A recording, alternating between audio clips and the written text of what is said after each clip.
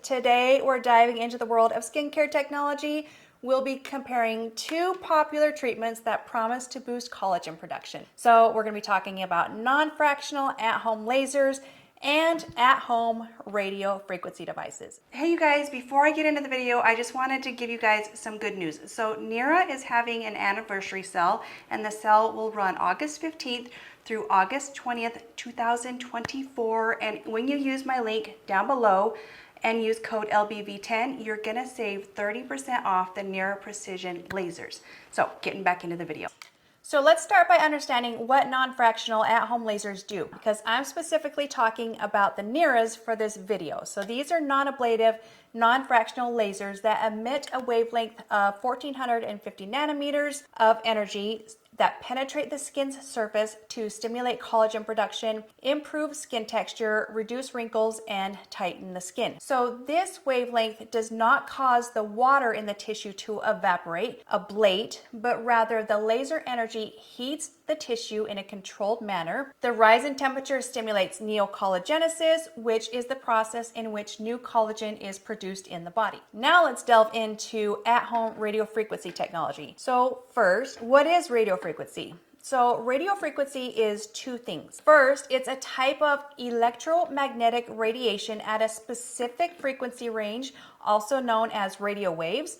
And second, radiofrequency also describes the oscillating electrical currents used to generate radio waves. So now let's talk about at-home radiofrequency devices. So radiofrequency has three important effects. Number one, skin tightening. Number two, dermal remodeling. And number three, increased cell metabolism. So the radiofrequency heats and stimulates the underlying structures of the skin down to the dermis, causing controlled damage. So heating deeper skin tissues to 67 degrees Celsius will give the best results. So that heat denaturates the collagen and elastin proteins. So denaturating means that they unravel.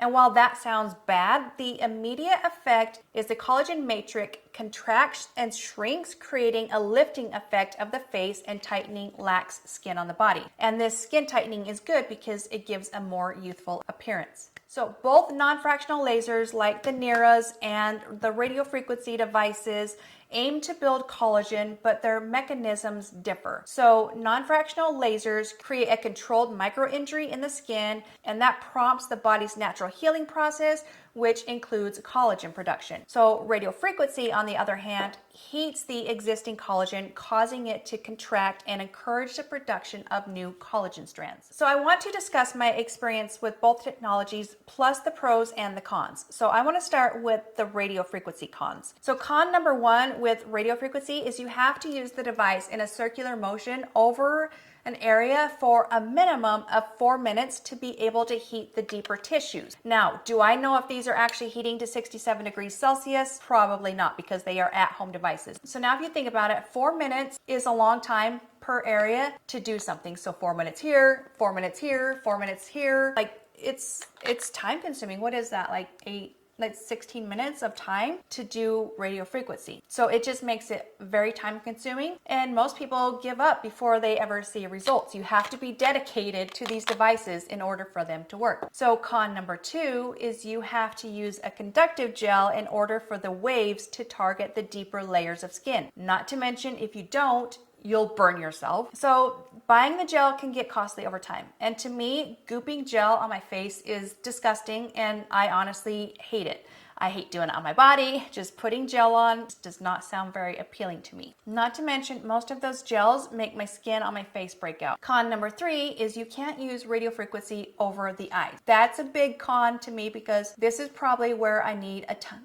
Not probably, this is where I need a ton of tightening, is my upper eyelids, and not being able to use that radiofrequency over the top of it, well, kind of like, why do I do it? Con number four is facial fat loss. So I did talk about that 67 degrees Celsius, and that is enough to melt facial fat. So, and that's without doubt, those professional in-office devices are notorious for being used incorrectly and melting facial fat, which is the last thing we want as we age.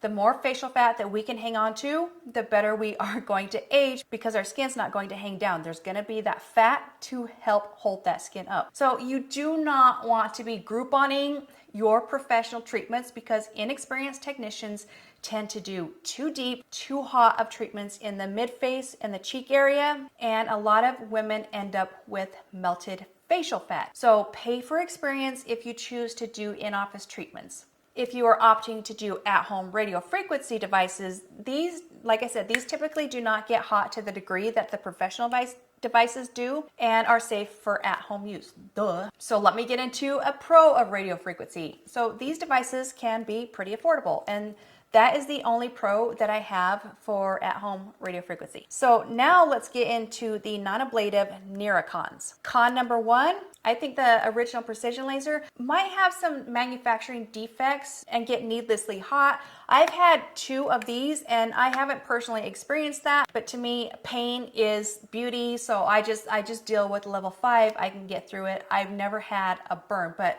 some comments lead me to believe that this might be the case. Well, we all have different pain tolerances, but it's an easy fix. You contact Nira customer service, which is exceptional, by the way, and then they can help you troubleshoot. So let me know in the comments if you think this may have been the case for you and you think this one might have gotten too hot. Con number 2 for the Nira lasers is people think it may cause facial fat loss, me included. But my 12-week review that I'll link right here proves that that's not the case. It just happens to coincide with the normal age-related changes that happen to us as we age. Because if it did cause facial fat loss, I would have had the same experience my second round with the Nira lasers, and it didn't happen. My results only got better. So these Niras, they work on the water in the skin, not the fat, so it's near impossible to melt facial fat. The pros of the Nira lasers is the treatment is so fast and it's so painless. So the precision laser around the eyes takes like 2 minutes, and the Nira Pro for the face and neck, in my experience, takes about 8 minutes.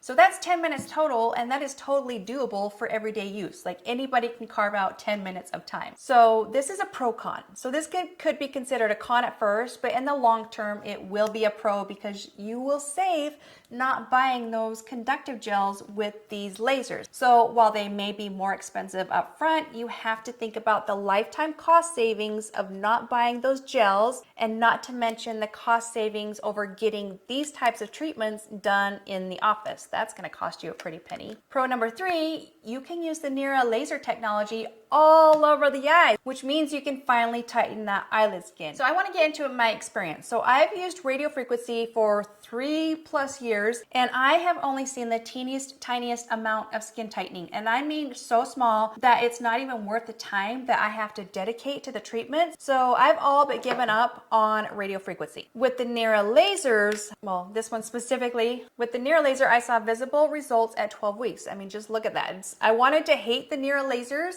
I wanted to shout from the rooftops that anyone that was promoting these was lying to you, but the proof is right there in front of your eyes. They work. I love them. I use them daily and will continue to use them, and you won't be disappointed by choosing to own the Nira skincare lasers. So you can use my discount code LBV10 at checkout at niraskin.com and save 10% off of these lasers every day. I'll be sure to drop a link down below for you. Now let's discuss why I believe non-fractional laser technology is considered superior to radiofrequency. So firstly, since non-fractional lasers can be used everywhere, including over the eyes, they provide more uniform results. Secondly, they can address a range of skin concerns beyond collagen production, such as pigment issues, texture issues, and they can be used for capillaries. Lastly, Nira lasers have less risk and a shorter treatment time compared to at-home radiofrequency. So there you have it, an insider's look into the world of non-fractional and radiofrequency technologies. Remember, these technologies are powerful tools, but patience and consistency are key to achieving that youthful glow. And in order for these to work, you have to commit to using them. If you like this video and found it informative, please be sure to hit that like button before you swipe away. That way YouTube will suggest it to more people and it helps me out. As always, I appreciate your support, and until the next video, bye.